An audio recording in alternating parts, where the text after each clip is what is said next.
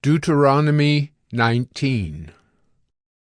When the Lord your God cuts off the nations whose land the Lord your God is giving you, and you dispossess them, and dwell in their cities and in their houses, you shall set apart 3 cities for yourselves in the land that the Lord your God is giving you to possess.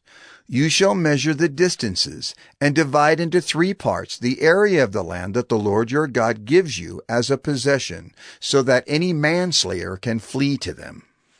This is the provision for the manslayer, who by fleeing there may save his life. If anyone kills his neighbor unintentionally, without having hated him in the past, as when someone goes into the forest with his neighbor to cut wood, and his hand swings the axe to cut down a tree, and the head slips from the handle and strikes his neighbor so that he dies, he may flee to one of these cities and live. Lest the avenger of blood in hot anger pursue the manslayer and overtake him, because the way is long, and strike him fatally, though the man did not deserve to die, since he had not hated his neighbor in the past. Therefore I command you, you shall set apart 3 cities, and if the Lord your God enlarges your territory, as he has sworn to your fathers, and gives you all the land that he promised to give to your fathers, provided you are careful to keep all this commandment which I command you today, by loving the Lord your God, and by walking ever in his ways. Then you shall add 3 other cities to these 3, lest innocent blood be shed in your land that the Lord your God is giving you for an inheritance, and so the guilt of bloodshed be upon you.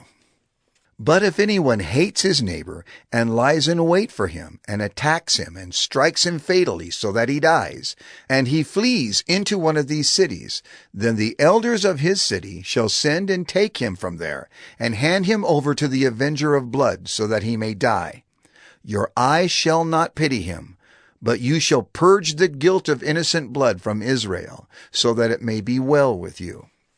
You shall not move your neighbor's landmark, which the men of old have set, in the inheritance that you will hold in the land that the Lord your God is giving you to possess. A single witness shall not suffice against a person for any crime or for any wrong in connection with any offense that he has committed. Only on the evidence of 2 witnesses or of 3 witnesses shall a charge be established. If a malicious witness arises to accuse a person of wrongdoing, then both parties to the dispute shall appear before the Lord, before the priests and the judges who are in office in those days. The judges shall inquire diligently, and if the witness is a false witness and has accused his brother falsely, then you shall do to him as he had meant to do to his brother. So you shall purge the evil from your midst, and the rest shall hear and fear, and shall never again commit any such evil among you. Your eye shall not pity. It shall be life for life, eye for eye, tooth for tooth, hand for hand, foot for foot. Deuteronomy 20. When you go out to war against your enemies, and see horses and chariots, and an army larger than your own, you shall not be afraid of them. For the Lord your God is with you, who brought you up out of the land of Egypt. And when you draw near to the battle, the priest shall come forward and speak to the people, and shall say to them, Hear, O Israel! Today you are drawing near for battle against your enemies. Let not your heart faint. Do not fear or panic or be in dread of them. For the Lord your God is he who goes with you to fight for you against your enemies, to give you the victory. Then the officers shall speak to the people, saying, Is there any man who has built a new house and has not dedicated it? Let him go back to his house, lest he die in the battle, and another man dedicate it. And is there any man who has planted a vineyard and has not enjoyed its fruit? Let him go back to his house, lest he die in the battle, and another man enjoy its fruit. And is there any man who has betrothed a wife, and has not taken her? Let him go back to his house, lest he die in the battle, and another man take her. And the officers shall speak further to the people, and say, Is there any man who is fearful and faint-hearted? Let him go back to his house, lest he make the heart of his fellows melt like his own. And when the officers have finished speaking to the people, then commanders shall be appointed at the head of the people. When you draw near to a city to fight against it, offer terms of peace to it. And if it responds to you peaceably, and it opens to you, then all the people who are found in it shall do forced labor for you, and shall serve you. But if it makes no peace with you, but makes war against you, then you shall besiege it. And when the Lord your God gives it into your hand, you shall put all its males to the sword, but the women and the little ones, the livestock and everything else in the city, all its spoil, you shall take as plunder for yourselves. And you shall enjoy the spoil of your enemies, which the Lord your God has given you.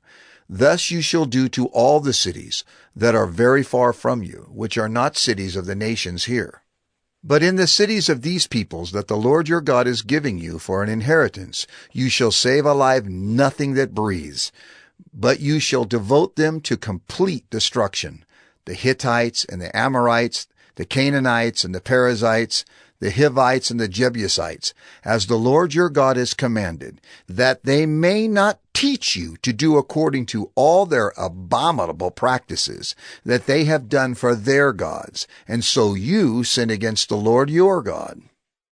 When you besiege a city for a long time, making war against it in order to take it, you shall not destroy its trees by wielding an axe against them. You may eat from them, but you shall not cut them down.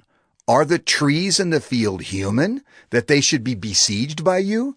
Only the trees that you know are not trees for food you may destroy and cut down, that you may build siege works against the city that makes war with you, until it falls. Deuteronomy 21. If in the land that the Lord your God is giving you to possess, someone is found slain, lying in the open country, and it is not known who killed him, then your elders and your judges shall come out, and they shall measure the distance to the surrounding cities.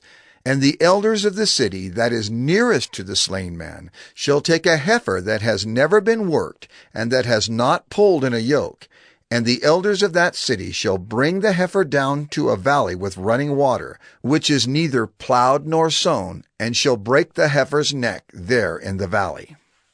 Then the priests, the sons of Levi, shall come forward, for the Lord your God has chosen them to minister to him and to bless in the name of the Lord, and by their word every dispute and every assault shall be settled. And all the elders of that city, nearest to the slain man, shall wash their hands over the heifer whose neck was broken in the valley, and they shall testify. Our hands did not shed this blood, nor did our eyes see it shed. Accept atonement, O Lord, for your people Israel, whom you have redeemed, and do not set the guilt of innocent blood in the midst of your people Israel, so that their blood guilt be atoned for.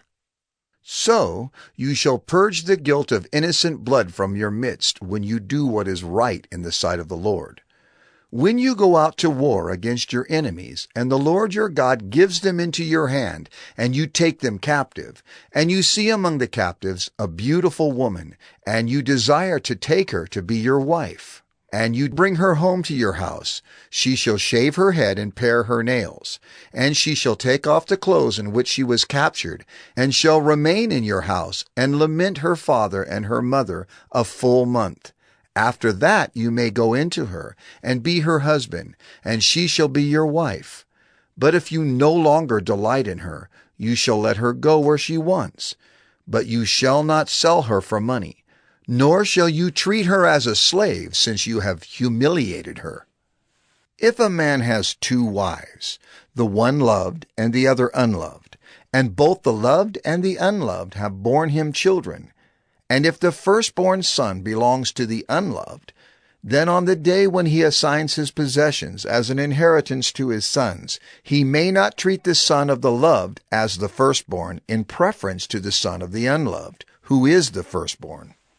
But he shall acknowledge the firstborn, the son of the unloved, by giving him a double portion of all that he has. For he is the firstfruits of his strength. The right of the firstborn is his. If a man has a stubborn and rebellious son, who will not obey the voice of his father or the voice of his mother, and though they discipline him, will not listen to them, then his father and his mother shall take hold of him, and bring him out to the elders of his city, at the gate of the place where he lives. And they shall say to the elders of his city, This our son is stubborn and rebellious. He will not obey our voice. He is a glutton and a drunkard. Then all the men of the city shall stone him to death with stones. So you shall purge the evil from your midst, and all Israel shall hear and fear.